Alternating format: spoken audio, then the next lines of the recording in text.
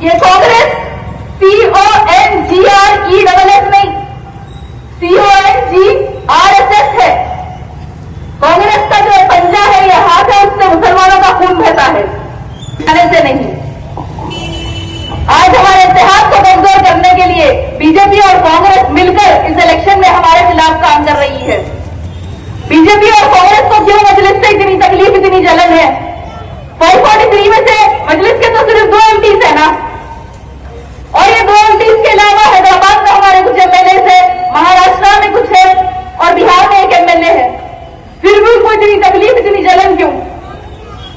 पूरे मुल्क में तो हर जगह सिर्फ बीजेपी और कांग्रेस की मोनोपोली है, और कुछ स्टेट में रीजनल पार्टीज है, और वो रीजनल पार्टीज को भी मजलिस से तकलीफ।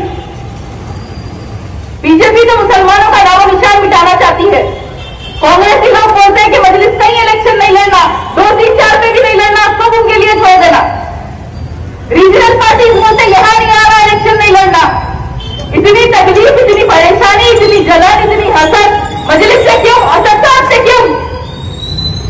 क्योंकि कोई नहीं चाहता, ना बीजेपी चाहती, ना कांग्रेस चाहती, ना कोई रीजनल पार्टीज चाहते कि मुसलमानों की अपनी खुद की सियासी क़यादत रहे, मुसलमानों की अपनी खुद की सियासी जमात रहे, मुसलमानों की अपनी खुद की एक आवाज रहे, और मुसलमानों का अपना खुद का एक रहबर रहे। इतने सालों से हर पार्टी ने मुसलमानों को फुटबॉल बनाया है। मुल्क की आजादी के 70-75 साल बाद हैदराबाद से एक जमात निकलकर हिंदुस्तान के कोने कोने में जा रही है, गरीबों, मजलूमों और अक़लियतों की आवाज बन रही है। मजलिस का मकसद यह है कि वो मुल्क के माइनॉरिटीज मुसलमानों में इत्तेहाद लाए, हम एक सियासी ताकत बने, हमको हमारा हुकूक मिले, जो ये पार्टीज नहीं चाहते। अगर हम एक हो जाए, मजबूत बन जाए, तो हमें उनकी जरूरत नहीं रहेगी, उनको हमारा वोट नहीं मिलेगा। इसलिए वो चाहते हैं कि हम हमेशा गरीब रहे, पीछे रहे, उनकी जमीन में रहे, उनके गुलाम बन के रहे। और शुरुआत से ही कोई नहीं चाहता था कि मुसलमानों की अपनी खुद की एक सियासी जमात रहे, क्योंकि आज से 65 साल पहले जब फखरे मिल्लत अब्दुल वाहिद ओवैसी ने मजलिस इत्तेहादुल मुस्लिमीन का आगाज किया था, तो 11 महीने उनको जेल में डाल दिया गया। नेहरू खत भेजते थे जेल में कि इन कागजात पर साइन कर दो, मजलिस एक जमात नहीं रहेगी, एक पॉलिटिकल पार्टी नहीं रहेगी, तुमको जेल से रिहा कर दिया जाएगा। लेकिन फखरे मिल्लत ने जमात का सौदा नहीं किया था। अपने बड़े बुजुर्गों के साथ मिलकर उन्होंने मेहनत की, जिद्दोजहद की, और हमारे उन बड़े बुजुर्गों की बदौलत जो उन्होंने बीच बोए थे, उसका फल आज हम उठा रहे हैं, उसका फल आज हमको मिल रहा है। नजीर मिल्लत असदुद्दीन ओवैसी साहब मुल्क के कोने कोने में जाकर जालिमों के दुश्मन बनकर, फिरकापरस्त ताकतों से लड़कर अपने इंफरादी फायदे के लिए नहीं, इज्तिमाई फायदे के लिए काम कर रहे हैं, कौम और मिल्लत के लिए काम कर रहे हैं। अगर मुल्क की आजादी के 70-75 साल बाद अगर कोई मुस्लिम खायद हमारे मुल्क में उभर रहा है, आगे बढ़ रहा है, तो किसी को वो बर्दाश्त नहीं हो रहा।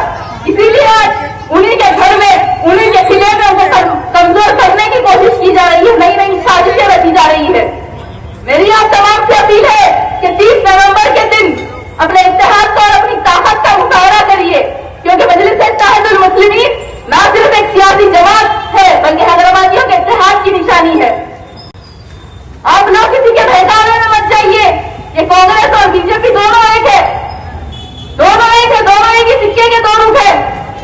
ये कांग्रेस CONGRESS नहीं, CONGRSS है।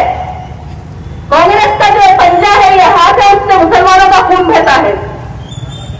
जब यहां पे कांग्रेस की हुकूमत थी आंध्र प्रदेश में, तब फसादात होते थे, मुसलमानों को जेल में डाला जाता था, मुसलमानों का कत्लेआम होता था। चिन्नारेड्डी के दौर में क्या कुछ मुसलमानों पर जुल्म नहीं हुआ? बाबरी मस्जिद की शहादत जिसकी दौर में हुई, कांग्रेस के वो लीडर नरसिम्हा राव जब आंध्र प्रदेश के चीफ मिनिस्टर थे, तो मुसलमानों के ऊपर क्या कुछ जुल्म नहीं होता था? उन्होंने कहा था कि मुसलमानों के कारों में शीश फेंको। हर थोड़े दिन यहाँ कर्फ्यू रहता था, ओपन पुलिस फायरिंग होती थी, मुसलमानों पर लाठीचार्ज होता था।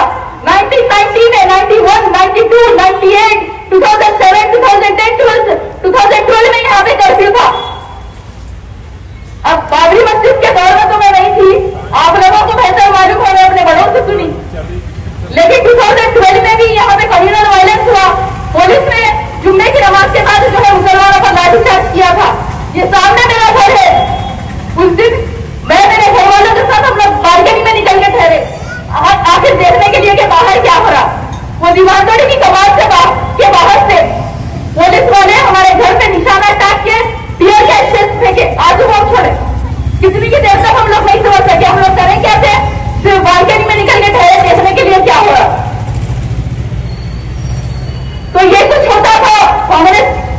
उस दौर में।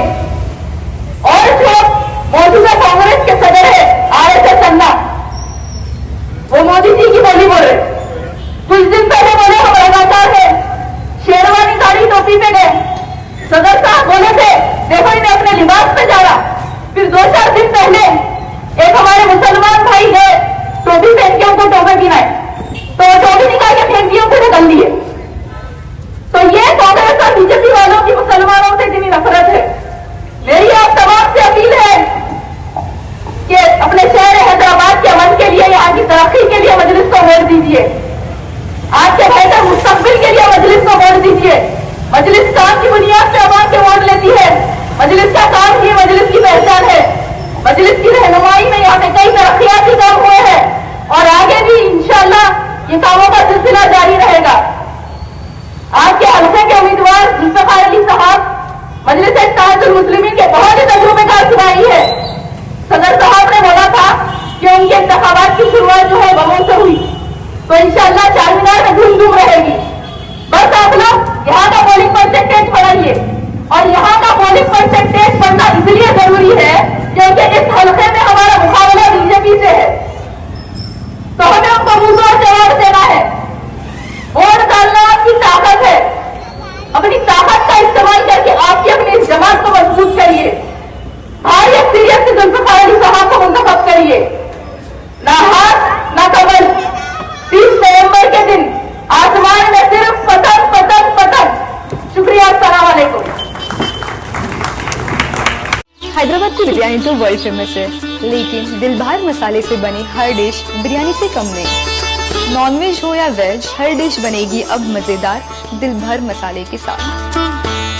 अब रोज बनेगा हैदराबादी जायकेदार खाना आपके घर भी दिलभर स्टाइल में। दिलभर मसाले, असली मसाले, हकीकी जायका।